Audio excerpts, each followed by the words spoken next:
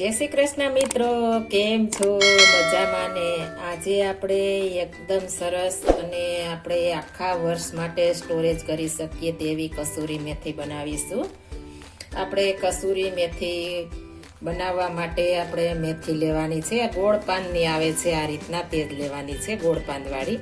આપણે લાંબા પાંદવાળી લેવાની નથી, લાંબા પાંદવાળી હશે તો આપણે કડવી કસૂરી મેથી બનશે।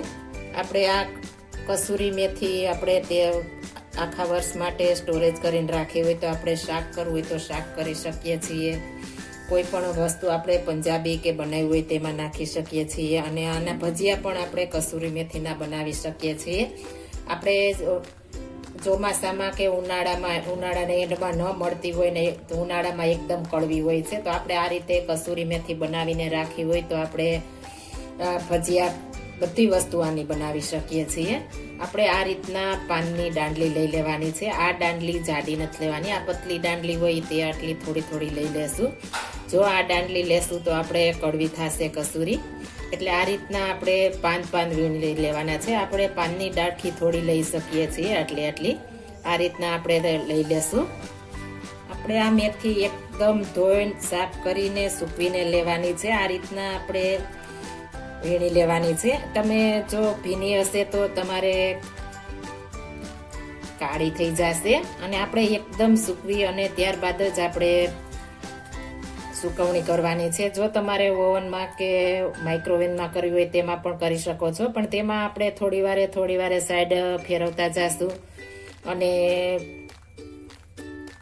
મૂકતા જશું તો આપણે 15 થી 20 મિનિટમાં સુકાઈ જશે। પણ મને માઇક્રોવેવની કે ઓવનની પસંદ નથી, આપણે એના કિરણો પણ ઘણા નુકસાન કરતા હોય છે, એટલા માટે હું આપણે છાંયે સૂકવીશ। આપણે તડકે આ સૂકવવાની નથી, છાંયે સૂકવીશું એટલે એકદમ સરસ થઈ જશે। આપણે શિયાળો છે તો 2 દિવસમાં જ એકદમ સરસ સુકાઈ જશે। ઘણાને જગ્યાની પ્રોબ્લેમ હોય તો તે ઓવનમાં કે માઇક્રોવેવમાં સૂકવી શકે છે, તેમાં રોસ્ટ થઈ જશે સરસ મસ્ત।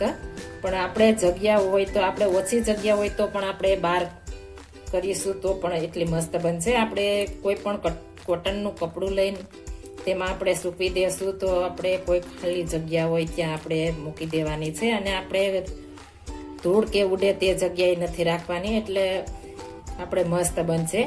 આ રીતના આપણે બધી મેથી વીણી લેવાની છે, આ રીતના આપણે દાંડલી લેવાની નથી, આ નાની દાંડલી હોય તે જ લેવાની। અને ખાસ આપણે એક એ ધ્યાન રાખવાનું છે કે આપણે ગોળ પાંદવાળી જ લેવાની છે, લાંબા પાંદવાળી લેવાની નથી। આ રીતના ગોળ પાંદ હશે તો આપણે એકદમ સરસ કસૂરી મેથી બનશે, એટલા માટે આપણે આ ગોળ પાંદવાળી લેશું। આ રીતના આપણે બધી વીણી લેશું। આપણે સરસ બધી વીણાઈ ગઈ છે, આ રીતના આપણે સરસ વીણી લેવાની છે। આપણે આ જાડી દાંડલી જરા પણ નાખવાની નથી, જો નાખશું તો કડવી થશે, એટલા માટે આપણે આ રીતના પાનની જગ્યાએ જે ડીંડલી હોય તે જ લેવાની છે આ રીતના, બાકી આપણે લેવાની નથી। આ રીતના સુકવણી કરશું તો આપણે એકદમ કસૂરી મેથી મસ્ત થશે। હવે આને આપણે કોટનના કપડામાં 2 દિવસ માટે છાંયે રાખવાની છે, તડકે જરા પણ નથી રાખવાની, તડકે રાખશો તો કાળી થઈ જશે તમારી કસૂરી મેથી, એટલા માટે આપણે આ રીતના કોટનના કપડામાં સૂકવા દેશું, અથવા તો તમે કિચન પેપરમાં કોઈ પણ વસ્તુમાં સૂકવી શકો છો। આપણે આ એક હું કોટનના કપડામાં, વ્હાઈટ કપડામાં સૂકવી દઈશ 2 દિવસ માટે।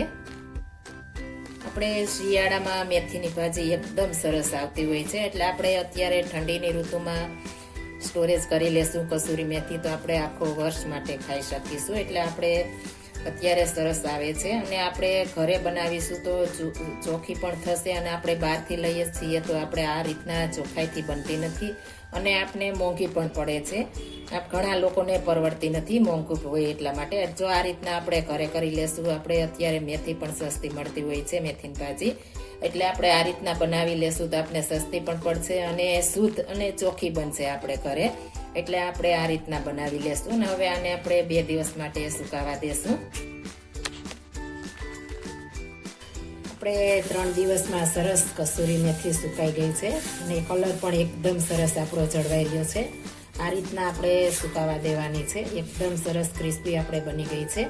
આ રીતના સૂકવીને આપણે એરપેક ડબ્બામાં અથવા જીપવાળી આપણે થેલી બેગ આવે છે તેમાં ભરી દેશું, અને આખા વર્ષ માટે બહાર હશે તો પણ આવી રહેશે, એકદમ સરસ, અને જરા પણ આપણે બગડશે નહીં। અને તમારે ફ્રીજમાં રાખ્યું હોય તો પણ રાખી શકો છો, અને બહાર પણ સરસ આવીને આવી રહેશે. આ રીતના સુકાવા દેશો તો જ સરસ રહેશે. તમે જોઈ શકો છો એકદમ સરસ આપણે ભૂકો થઈ જાય છે. આ રીતના આપણે સુકાવા દેવાની છે, એટલે આપણે આખા વર્ષ માટે આવીને આવી રહેશે અને જરા પણ કંઈ થશે નહીં. અને આપણે એકદમ ચોખ્ખાઈ રીતેથી અને આપણે એકદમ ઓછા ભાવમાં આપણે ઘરે થઈ જાય છે આ કસૂરી મેથી. એટલે આપણે ઘરે બનાવવાની કોશિશ કરીશું. આ રીતના તમે જરૂર ટ્રાય મારજો. જો આ મારી રેસીપી પસંદ આવી હોય તો મારી ચેનલ લાઈક, શેર અને સબસ્ક્રાઈબ કરી દેજો. ફરી મળીશું નવી રેસીપી લઈને. જય શ્રી કૃષ્ણ.